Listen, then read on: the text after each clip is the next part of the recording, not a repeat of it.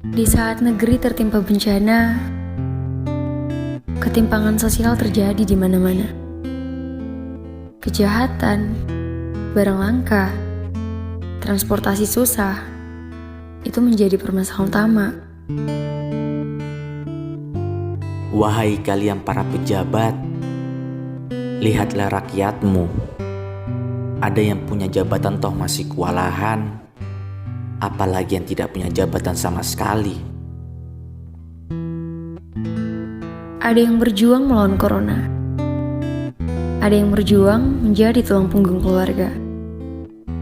Ironis sekali. Apakah pemerintah sudah jeli dalam memberikan kebijakan-kebijakan yang pro rakyat? Atau sebaliknya? Ada sebuah berita di pelosok negeri. Seorang ibu dikarantina hampir sebulan lebih. Ibu meronta-ronta untuk keluar dari lokasi karantina karena fasilitas yang tidak terpenuhi.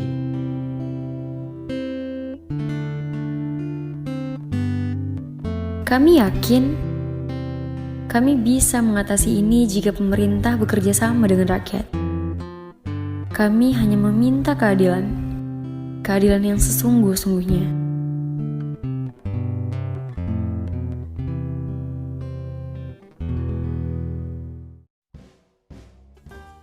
Mari kita bahas lebih jauh mengenai ketimpangan sosial. Apa itu ketimpangan sosial? Ketimpangan sosial merupakan keadaan yang terjadi karena adanya kesenjangan atau ketidaksamaan akses untuk mendapat dan memanfaatkan sumber yang tersedia.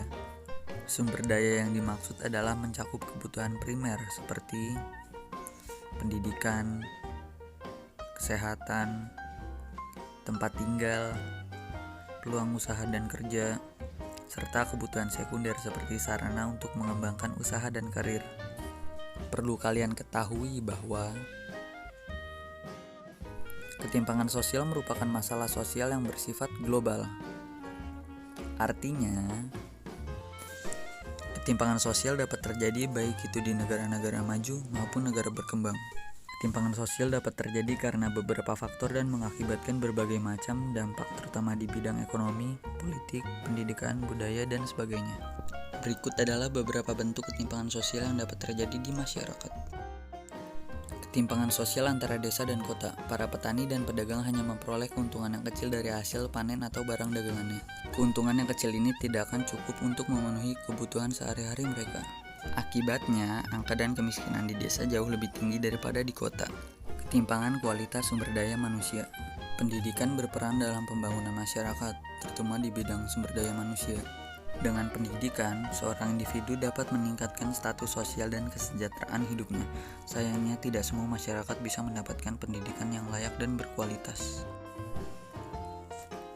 Masyarakat yang tinggal di kota-kota besar akan lebih mudah mendapatkan akses pendidikan yang bagus.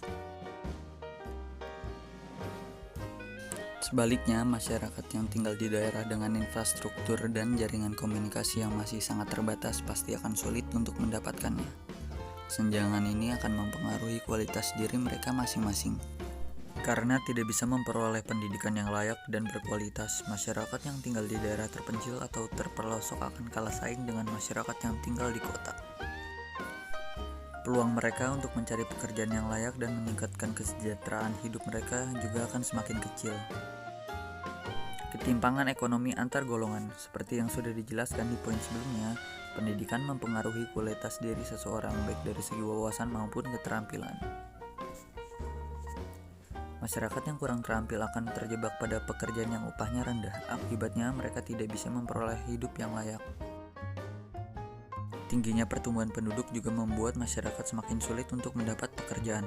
Hal ini diperparah dengan pengaruh urbanisasi yang menyebabkan tidak meratanya persebaran penduduk. Banyak masyarakat desa yang memutuskan untuk mencari pekerjaan di kota dengan harapan bisa merubah nasib.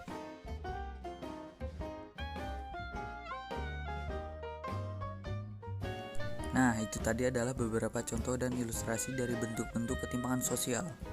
Sekarang mari kita kaitkan ketimpangan sosial ini dengan globalisasi sebagai akibat dari adanya perubahan sosial. Di era tanpa batas, globalisasi seperti saat ini, ketimpangan sosial menjadi dampak yang sulit dihindari suatu masyarakat. Hal ini pun akan menimbulkan permasalahan sosial. Di suatu negara misalnya pengangguran bukan sekadar dampak dari minimnya pendidikan dan kemampuan seorang individu.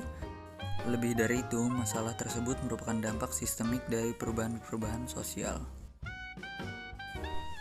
Ada beberapa ketimpangan sosial di era globalisasi yang hampir semua bidang terkena imbasnya, seperti para pengangguran. Secara spesifik, fenomena ini dapat mempengaruhi perkembangan di 3 bidang seperti ekonomi, politik, budaya. 1. Bidang ekonomi. Adanya globalisasi menyebabkan perekonomian hanya tumbuh di beberapa wilayah dengan sumber daya yang dikuasai oleh golongan tertentu. Salah satu contohnya, perubahan teknologi mengakibatkan hanya orang-orang yang memiliki pengetahuan atau keterampilan tertentu yang dapat terlibat dalam proses produksi. Di sisi lain, proses produksi yang dilakukan di negara lain demi alasan keamanan efisiensi, ada kemungkinan pemilik usaha akan memindahkan proses produksinya ke beberapa negara tertentu saja. Contoh selanjutnya adalah perubahan kebijakan pemerintah, misalnya dihilangkan subsidi juga dapat mengancam ekonomi kelompok-kelompok tertentu. 2. Bidang politik. Adanya dominasi ekonomi negara maju terhadap negara lainnya berdampak pada dominasi di bidang politik.